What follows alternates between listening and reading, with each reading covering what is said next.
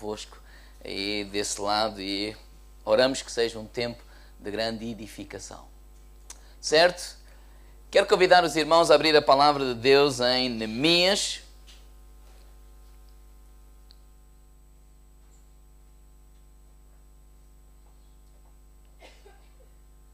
E eu gostaria de começar uma nova série ao domingo e vamos começar a falar sobre o desânimo. Não sei se por acaso aqui alguém já alguma vez na vida ficou desanimado. Quem é que já ficou desanimado? Levante lá o braço. Estamos em casa. A realidade é esta, irmãos. Todos nós já alguma vez na vida ficamos desanimados. E gostaríamos de, pelo menos nos próximos 3 domingos, nós desenvolvermos alguns pensamentos sobre esta área de desânimo, ou como eu posso vencer o desânimo. Eu creio que precisamos urgentemente aprender a lidar com o desânimo. E direi que não só é aprender, mas como é que eu hei de dizer isto? Não é algo que, bem, eu aprendi e agora é sempre fácil. Não. Mas cada vez que o desânimo aparece, podermos lidar com ele da melhor forma possível. Desânimo, de facto, eu diria assim, é uma doença terrível. Primeiro porque é universal. Todos ficam desanimados. Não importa onde é que vivem, não importa a raça, não importa a educação, é algo que acontece a toda a gente. Segundo, porque é recorrente, infelizmente, não é? Ficamos desanimados várias vezes na vida. Quem é que sabe o que eu estou a falar? Não é? Infelizmente não é algo tipo aquelas coisas quando se apanham, quando somos pequeninos, não é? Apanhamos uma vez, olha, já está. É? Tipo, olha, fiquei desanimado um dia destes, olha, graças a Deus, agora até morrer nunca mais vou desanimar. Era bom, não era? Pois, mas diga lá, irmão, ao lado, mas não funciona assim. Nós recorrentemente ficamos desanimados. É uma doença terrível porque é altamente contagioso. É verdade ou não é? Ou seja, outras pessoas ficam desanimadas quando nós estamos desanimados. Nós conseguimos contagiar as pessoas à nossa volta. Não é? Se a pessoa está desanimada, está triste, está a dizer, olha, isto não vale a pena, pá, este país, olha, temos que ir todos para o Luxemburgo. Não! Mas sabe que eu não critico a pessoa que está assim. Aquilo, ela está a processar uma dor, é o seu desânimo. Agora, graças a Deus que Deus continua a nos abençoar neste país. Posso ouvir um amém? Graças a Deus que Deus continua a nos abençoar nesta cidade. Ou seja, onde eu quero chegar é que de facto é altamente contagioso. Quando eu estou desanimado, eu consigo desanimar as pessoas à minha volta. E o desânimo também é perigoso porque ele leva-nos à depressão. Digamos assim, o desânimo pode nos levar à depressão. O desânimo pode nos levar à revolta. O desânimo pode nos levar à murmuração, ao abatimento, ao fracasso. O desânimo leva-nos a desistir quando nós estamos prestes da vitória. Leva-nos a abandonar a corrida quando nós estamos a poucos metros da chegada. O desânimo tem esta capacidade de nos levar a mandar a toalha para o chão e dizer assim, pronto, olha, estou cansado, não faço, olha, não vale a pena. Mas a boa nova é que há cura para o desânimo. Diga-me ao lado, há solução para o desânimo. Abana aí o seu irmão do lado, sorri e diz assim, olha, boa nova, há solução para o desânimo. Neemias era um líder de um grupo de judeus que havia retornado da Babilónia para Israel para reconstruir os muros de Jerusalém. E a nossa meditação vai começar no capítulo 4, porque eu creio que através deste exemplo de Neemias e do povo de Deus, nós podemos constatar as causas do desânimo e também alguns princípios que nos podem ajudar a superar o desânimo, a ultrapassar o desânimo. Podemos aprender o que fazer quando temos vontade de desistir. Porque ter vontade é uma coisa, desistir é outra. Neemias capítulo 4, verso 6, diz que eles começaram aquela obra da edificação dos muros, reconstrução dos muros. Neemias veio de longe, estava lá a servir um rei. No capítulo 1, 2 e 3, começa com uma conversa com o rei, começa também ele a orar a Deus, a pedir a Deus o que é que há de fazer. E aqui ele já está na reconstrução dos muros, e diz assim no versículo 6, do capítulo 4 de Neemias: assim edificámos o muro, e todo o muro se cerrou até à sua metade, porque o coração do povo se inclinava a trabalhar. Na Bíblia, a versão o livro, eu vou ler só a parte final deste versículo 6, diz assim, diz que eles já tinham edificado metade do trabalho, ou seja, estavam a meio do trabalho. E porquê? Diz assim a versão o livro: porque toda a gente trabalhou duramente e com grande dedicação. Ou seja, o trabalho já ia a meio. E porquê que o trabalho já ia a meio? Era um trabalho árduo? Sim. Era difícil? Sim. Era trabalhoso? Claro. Mas diz que o povo trabalhou duramente e diz que o povo se dedicou, quer dizer, abraçou aquele trabalho. Diz assim, isto não é para se ir fazendo, isto é para se fazer.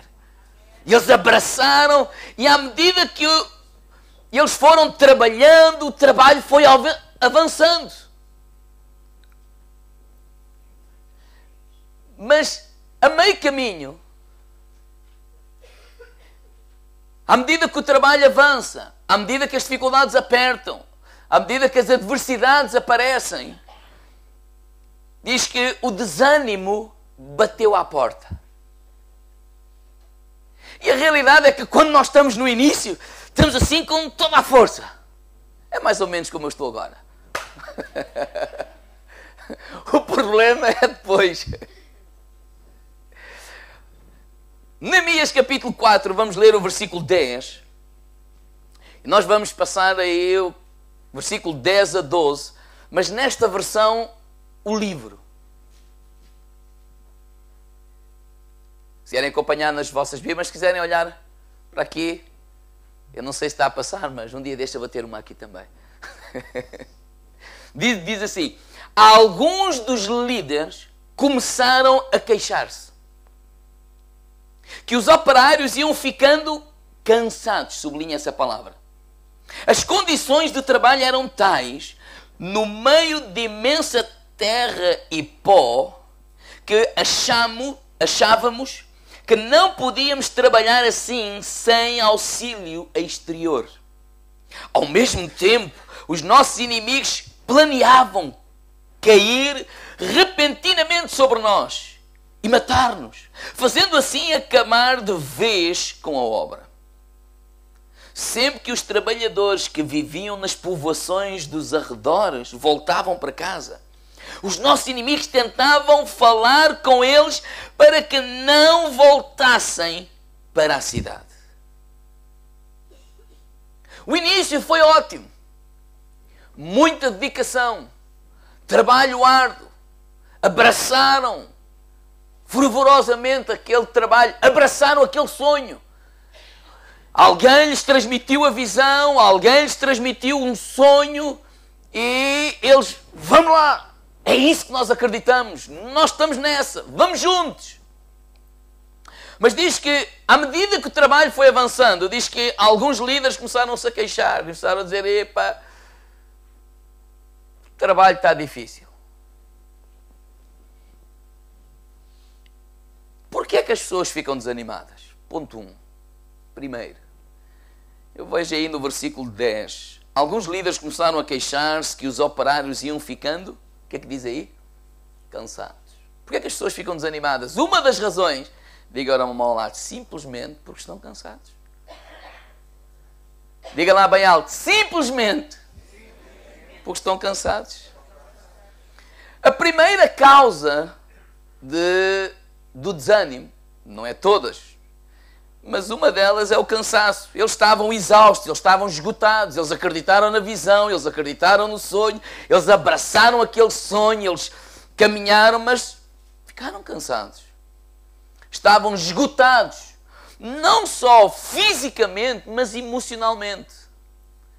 Fisicamente por causa do trabalho árduo e emocionalmente por causa dos inimigos que andavam sempre a dizer, vocês não vão conseguir, nós vamos fazer isto, vamos fazer... E aquilo foi dando cabo deles, no sentido, foi trazendo desânimo ao seu coração. E algumas pessoas dizem, pastor, eu estou desanimado, há algum problema espiritual comigo, se calhar eu preciso de reconsagrar mais a Deus, se calhar preciso de orar mais, se calhar preciso de jejuar mais, se calhar preciso... E às vezes a ideia é sempre fazer mais qualquer coisa. E às vezes o verdadeiro problema é que as pessoas estão cansadas, estão esgotadas, estão estouradas. Diga ao irmão lá, rebentou.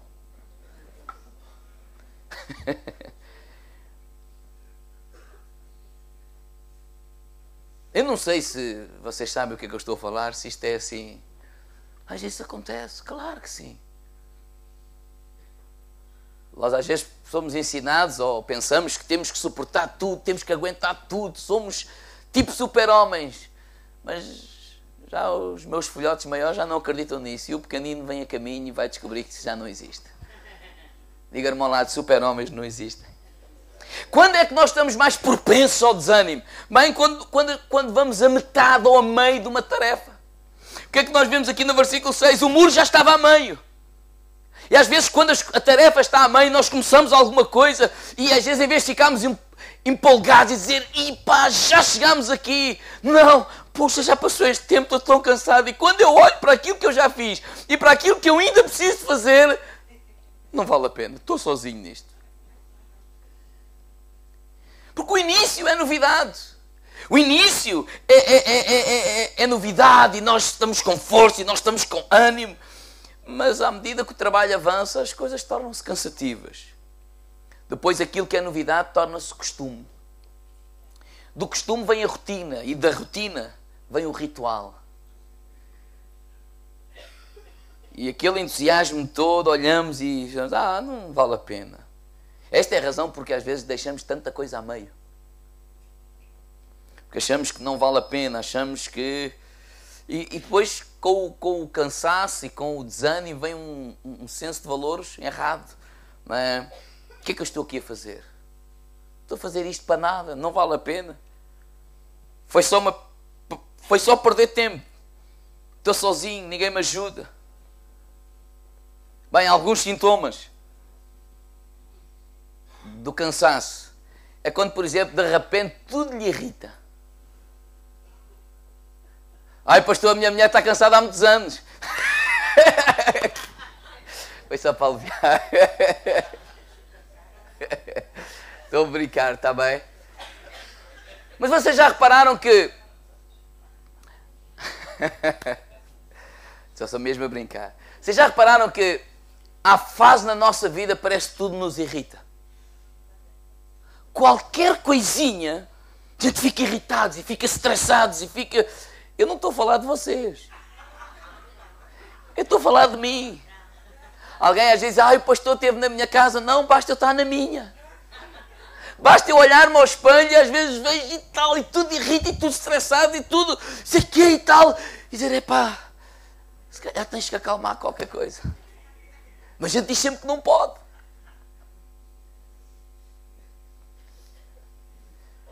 E as pequeninas coisas que outrora nós até passávamos por cima e está bem, pronto, isso aconteceu, mas temos sempre uma solução e ultrapassamos. E começamos a não ultrapassar essas pequenas, grandes coisas.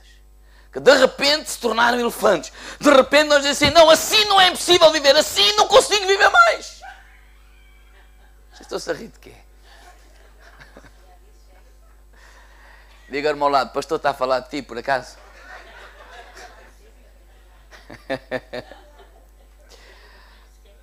E vamos ser simples, irmãos.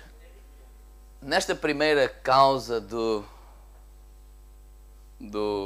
desânimo, que é o cansaço, a coisa espiritual que precisamos de fazer, diga-me ao lado, é descansar. Às vezes a coisa espiritual que precisamos fazer é mesmo descansar, é mesmo relaxar, é mesmo sair da rotina. E parem de pensar que, pastor, isso era bom se eu tivesse dinheiro.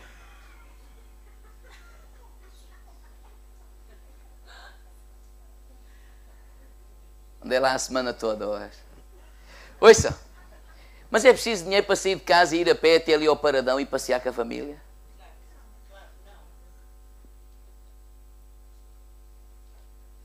Quer dizer, vocês desvalorizam isso. Outros vêm de Leiria para fazer isso. Sério, eu digo isso em Caldas. Malta desvaloriza ir à Foz. É a voltinha dos tristes. Pois, mas há tanta gente que vem de longe para fazer isso. Tristes somos nós. Que pensamos que precisamos de dinheiro para quebrar a rotina. Pensamos que precisamos de dinheiro para fazer um jantar romântico com a mulher ou com o marido. Não tens dinheiro, come em casa. Mete como é que ele se chama? A mesa na varanda, pronto. Qual é o problema? É que não estamos a brincar, estamos a falar de coisas simples. Às vezes estamos a olhar para coisas tão grandes e às vezes são coisas pequeninas que nós podemos fazer e descansar um pouco. Será que isso é bíblico? Claro que sim. Abram lá a Bíblia em Êxodo 20. Quem é que já leu os 10 mandamentos? Vamos só lembrar de um. Está no versículo 8 de Êxodo 20, que é o 4º mandamento. Porque se falarmos da causa, agora eu quero falar um bocadinho, antes de terminar, da solução. Antes de falarmos de outras causas, para a semana. Êxodo capítulo 20, verso 8,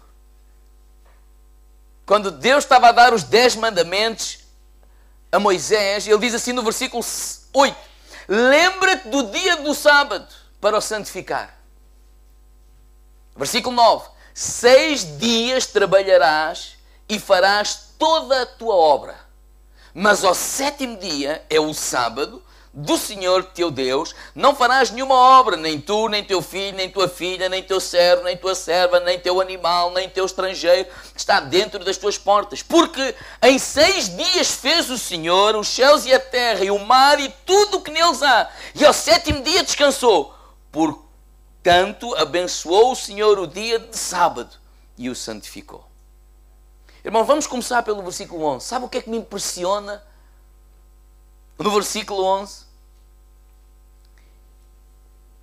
é que o próprio Deus descansou. Deus descansou.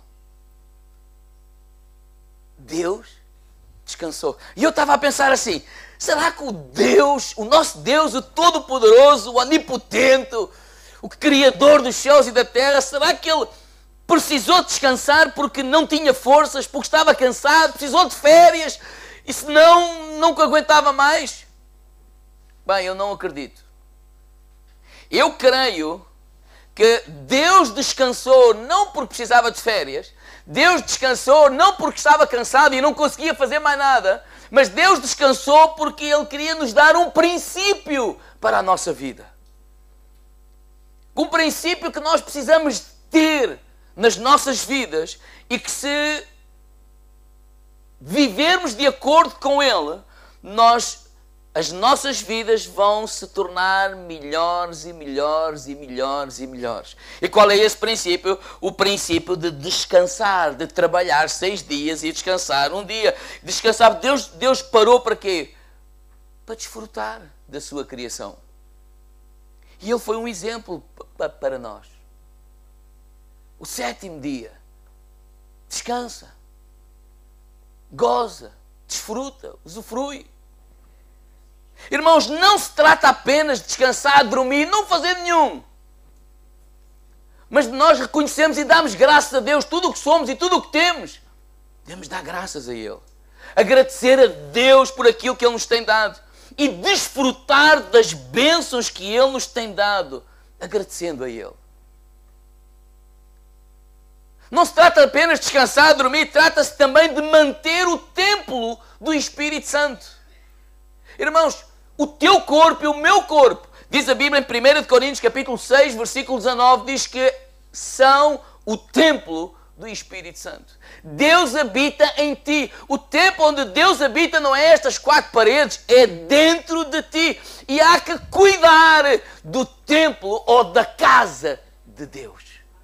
Às vezes queremos fazer muitas coisas, mas sem saúde tu não vais fazer grande coisa. Ou vais? E alguns já não têm templo, já têm tipo catedral. O Espírito Santo já tem muitas assoalhadas. Nós precisamos de cuidar de nós mesmos, irmãos. Nós precisamos cuidar da nossa saúde. Precisamos cuidar desse corpo, irmãos. Descansar. E às vezes eu sei que brincamos. Pastor, eu não posso dar esse luxo. Isso é bom, é para si. Porque vivemos num tempo que isto é luxo. Mas olha, descansar é uma necessidade. Descansar é uma necessidade. Quer dizer, os carros precisam de ir à revisão. Precisam de dar o óleo. Precisam de manutenção. As máquinas precisam de manutenção. Mas nós achamos que não precisamos de nada. Nós achamos que aguentamos tudo e todos. E se alguma coisa não funciona bem, a culpa é do diabo. E às vezes o diabo somos mesmo nós. Que não estamos a cuidar do templo do Espírito Santo, que é o nosso corpo. Isto não tem a ver com vaidade ou com, como é que eu disse, com luxo. Tem a ver com necessidade. E não tem a ver só com o corpo. Bem, conselhos práticos. Como podemos viver de acordo com este 4º mandamento? Conselhos bem práticos. O meu primeiro conselho é: não sejas legalista, vive na graça de Deus. Ou seja, muitos estão mais preocupados com as regras do que com os princípios. Estão mais preocupados com o dia em si, segunda, terça, quarta, ou sábado, do que com o dia do repouso, com o descansar, com o desfrutar. Faz lembrar os fariseus. No dia do repouso eles tinham mais de 1500 regras. Irmãos, quem é que consegue descansar com 1500 regras? Quem? Ninguém. Não podemos fazer isto. Não podemos fazer aquilo. Bem, eu chegava ao final do dia cansado de tanta regra. Porque não podiam fazer isto, não podiam fazer aquilo, não podiam fazer aquilo outro. E estão a ser legalistas. Irmãos, não, pastor, o dia tem que ser o sábado. Não, o dia agora é o domingo, porque Cristo ressuscitou um domingo. Não, eu creio que... E guerras, e são discussões desnecessárias. Estamos a esquecer o princípio não tem a ver. Hoje, até como estamos a viver, gente trabalha ao domingo, gente trabalha ao sábado, não tem a ver qual é o dia, mas o princípio de nós podemos desfrutar, descansar, dar graça a Deus, manutenção ao templo de Deus e podemos ser obedientes a Deus. Podemos ver isso na palavra de Deus? Claro que sim. Aliás, se vocês forem legalistas e disserem que o único dia é o domingo, eu estou tramado. Porque eu não posso cumprir. Porque para mim o domingo não é o dia de descanso. Mas também não é como alguns dizem, é o único dia que o pastor trabalha. Não sei onde é que vocês andaram, mas isso não é verdade. Marcos 2:27. Jesus disse assim: o sábado foi feito por causa do homem e não o homem por causa do sábado. O sábado foi feito por causa do homem, não o homem por causa do sábado. O princípio foi por causa do homem. Diga ao irmão ao lado, foi por causa de ti e de mim. Então é um dia para descansarmos, é um dia para desfrutarmos, é um dia para agradecermos, é um dia para percebermos que nós temos as nossas limitações. E é melhor parar antes de rebentar. O que é que vocês acham? Segundo conselho, desfruta. Primeiro é, não sejas legalista. Ou seja, não tem a ver com o dia específico, mas com o princípio. Segundo conselho é, desfruta. Primeiro, olha, desfruta da presença de Deus. Tira um tempo para louvar a Deus. Tira um tempo para reconhecer Deus. Tudo o que eu sou, tudo o que eu tenho é bênção de Deus, é graça de Deus. É nós reconhecermos, Deus, eu necessito de Ti. E eu reconheço que se eu cheguei até aqui, a Ti eu devo toda a honra, toda a glória, a Ti eu dou graças. Eu reconheço que eu não estou a viver sozinho. Isto não é obra das minhas mãos, é obra da Tua graça, da Tua misericórdia e do Teu poder sobre a minha vida. E que nós possamos nesse dia, não só nesse, mas também nos lembrarmos disso e louvarmos a Deus. Possamos também ler a nossa Bíblia. Filho meu, Provérbios 4:20, filho meu, atenta para as minhas palavras e para as minhas razões, inclina o teu ouvido. Ou seja, não as deixes apartar dos teus olhos, guarda-as no meio do teu coração. São vida para aqueles que se acham e saúde para o seu corpo. Irmãos, a palavra de Deus, ler a Bíblia, não é um ritual, não é uma religião, não é pronto, olha, hoje é domingo, tem que ler a Bíblia, porque pronto, tem que fazer. Não, é nós reconhecemos a Bíblia, a palavra de Deus é alimento para o meu espírito. Eu preciso me alimentar, eu tenho que me alimentar. Eu não vou vencer o desânimo se eu não me alimentar. Eu tenho que ter cuidado com os meus ouvidos, eu tenho que ter cuidado com os meus olhos, eu tenho que ter cuidado com as minhas companhias, eu tenho que ter cuidado com aquilo que está a encher o meu coração. Nós não pensemos que a gente vem aqui, tipo o pastor faz uma reza, faz ali tipo um tá, e pronto, está tudo bem. Não. Nós temos que cuidar de nós mesmos, não só do nosso corpo, mas cuidar do nosso espírito, cuidar dos nossos ouvidos, cuidar dos nossos olhos e ter o que é que eu estou a deixar que alimente o meu espírito. Obrigado pelo vosso entusiasmo.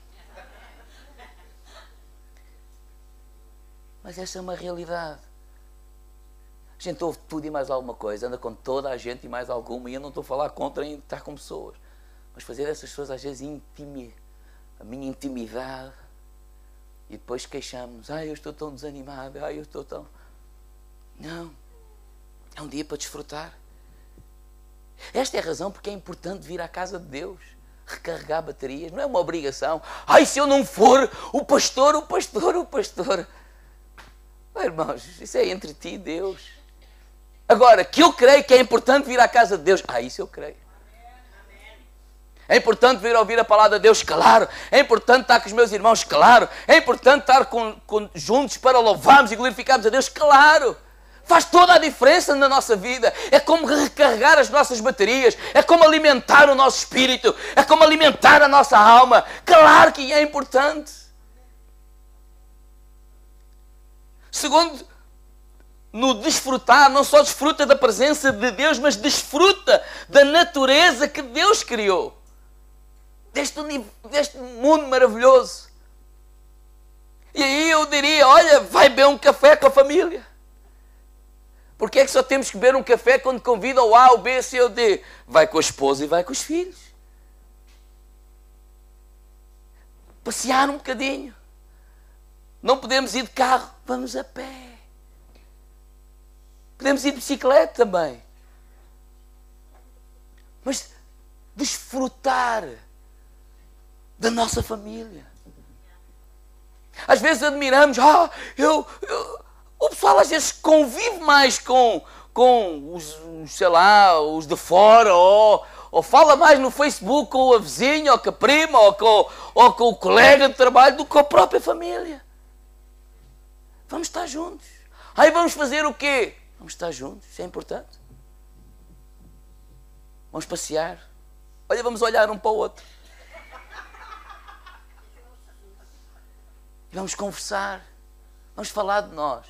E se não tivermos nada para conversar, vamos nos contemplar. mas vamos desfrutar da nossa presença. Não é quando morrer no funeral, ai, tive tanta pena, pois, penas. Já passou. Diga, irmão, lá, desfruta. Desfruta da natureza que Deus criou, desfruta da família que Deus criou. Desfruta da tua família espiritual também. Passa tempo com ela, ou seja, que cada domingo, por exemplo, quando eu estava a dizer 10h30, é para virmos às 10 à mesma, claro que é às 10 o culto, mas e temos um bocadinho de tempo para desfrutarmos da presença uns dos outros, no sentido, olha, vamos conhecer, ter como alvo, conhecer alguém diferente este domingo. Ah, eu sei, é o irmão. Irmão quê? É o irmão. Não, se calhar conhecer um bocadinho. Não só saber o nome, conhecer o coração dele, conversar um bocadinho, estar.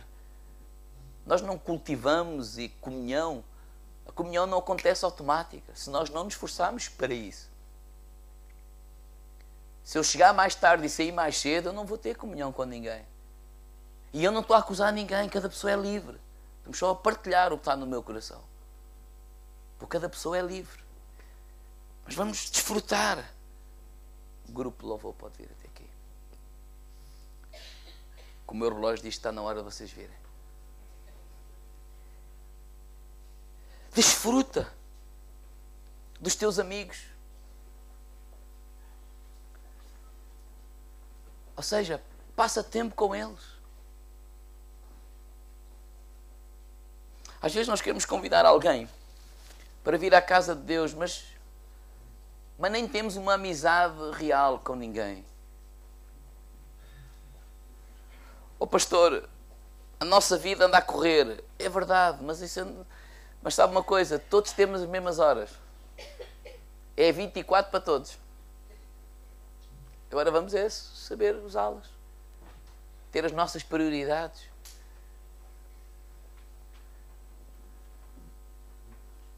Até nós, às vezes, quando dizemos, estive ali numa igreja, tanta gente, ninguém se preocupa comigo. E tu preocupas-te com alguém? É que também tem que se pôr as coisas do outro lado. Ninguém me telefona. E tu telefonas a alguém? Ninguém me manda. É porque às vezes temos esta mentalidade. Pronto, isto é o trabalho do pastor que faça. Irmãos, vocês gostavam de ter um pastor que faz isso apenas porque é o seu trabalho e profissionalmente ele tem que o fazer? Eu acho que isso é mau. Não. Mas quando nós temos comunhão, vamos conhecendo, vamos sabendo o sofrimento do A, do B, ou a alegria. Podemos partilhar a oração, podemos partilhar a alegria, podemos partilhar a vida.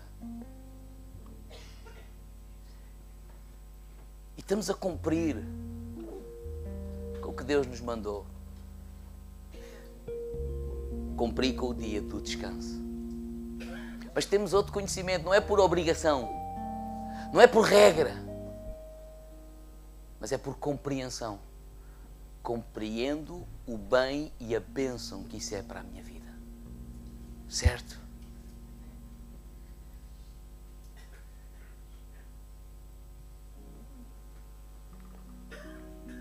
Então não sejas legalista. O segundo conselho é desfruta. E o terceiro conselho e último é, acima de tudo, dá graças a Deus. Que não tenhamos esta mentalidade que, quando éramos pequeninos, Senhor, ajuda-me. Quando crescemos um bocadinho, também, se não fosse eu, a minha determinação, a minha força, o meu isto, o meu aquilo. Tudo isso é verdade. Mas é a graça de Deus e a bênção de Deus na nossa vida. Isso vai nos ajudar a quê? A combater a primeira causa que falámos hoje, sobre o desânimo, que é o cansaço. Não é uma causa espiritual, e às vezes também, espiritualmente, estamos cansados. Mas vai nos ajudar a fazer alguma coisa. É como que o antídoto, é como que o remédio que nos vai ajudar. Nós precisamos. O dia do descanso é para descansar, desfrutar e agradecer. Diga, irmão, lá, descansar, desfrutar e agradecer. Agradecer a Deus. Vamos ficar de pé? Fecha os teus olhos e vamos orar. Eu vou convidar, antes de desligarmos a emissão lá para casa, fecha os teus olhos também e ora. Talvez tu possas pensar como muitos de nós durante anos. Nós não podemos parar, eu não posso dar isso ao luxo, eu tenho isto, eu tenho aquilo para pagar, eu tenho um monte de coisas. E a minha oração é que o Espírito de Deus possa falar ao teu coração.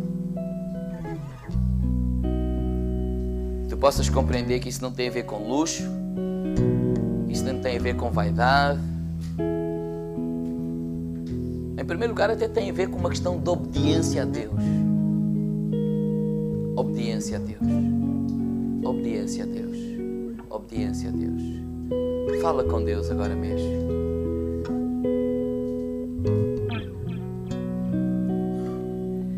Fala com Deus agora mesmo.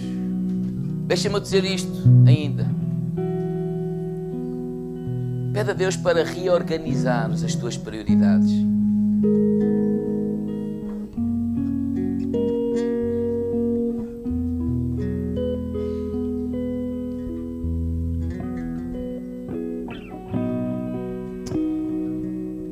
Igreja, está aqui homens, abram os olhos e olhem para mim. Quem é que aqui é homem?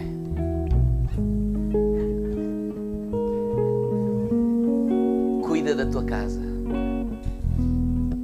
E eu não estou a falar das paredes, mas também ajuda a mulher, claro. Estou a falar, cuida da tua família. Diga lá, irmão, ao lado. Se está um homem ao lado, diga assim, olha, cuida da tua família.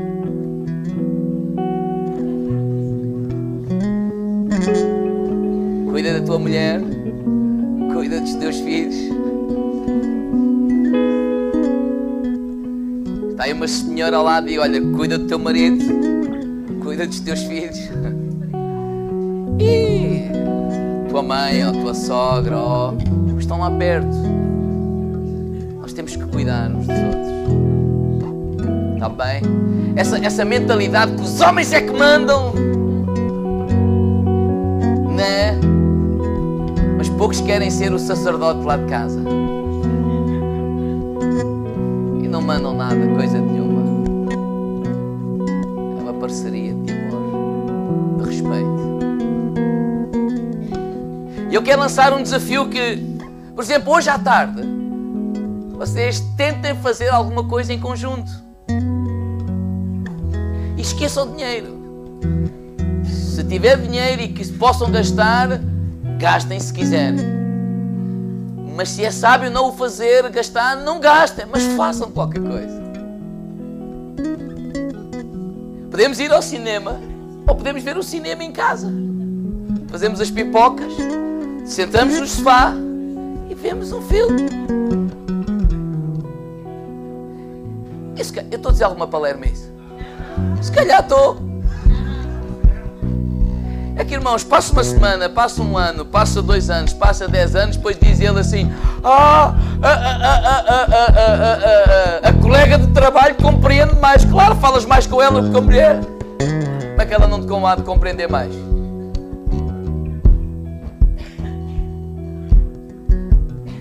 A Bíblia diz lá em Cantares de Salomão: são as pequeninas raposinhas que estragam com a vinha. Então eu gostaria de, ao alertar para este facto, orarmos, e agora cada um é responsável para fazer o que quiser com a mensagem. Mas se reconheces que tens que mudar alguma coisa, pede ajuda a Deus para o fazer. Está bem? Pede ajuda a Deus para o fazer. Deus, te agradecemos pela tua palavra, Senhor. Te pedimos que o teu Espírito Santo continue a falar aos nossos corações. Dá sabedoria a nós homens, dá sabedoria às irmãs, dá sabedoria aos filhos, juntos, Senhor. Dá-nos sabedoria para cuidarmos da nossa casa, para desfrutarmos da companhia da nossa família. Dá-nos sabedoria para desfrutarmos da companhia dos nossos amigos. Dá-nos sabedoria para desfrutarmos da companhia da nossa família espiritual também, Senhor. Pai, dá-nos sabedoria, Senhor. Dá-nos sabedoria, Senhor. E dá-nos sabedoria para cuidar do templo do Espírito Santo, que é o nosso corpo. Em nome de Jesus. Amém. Faça a tua oração agora.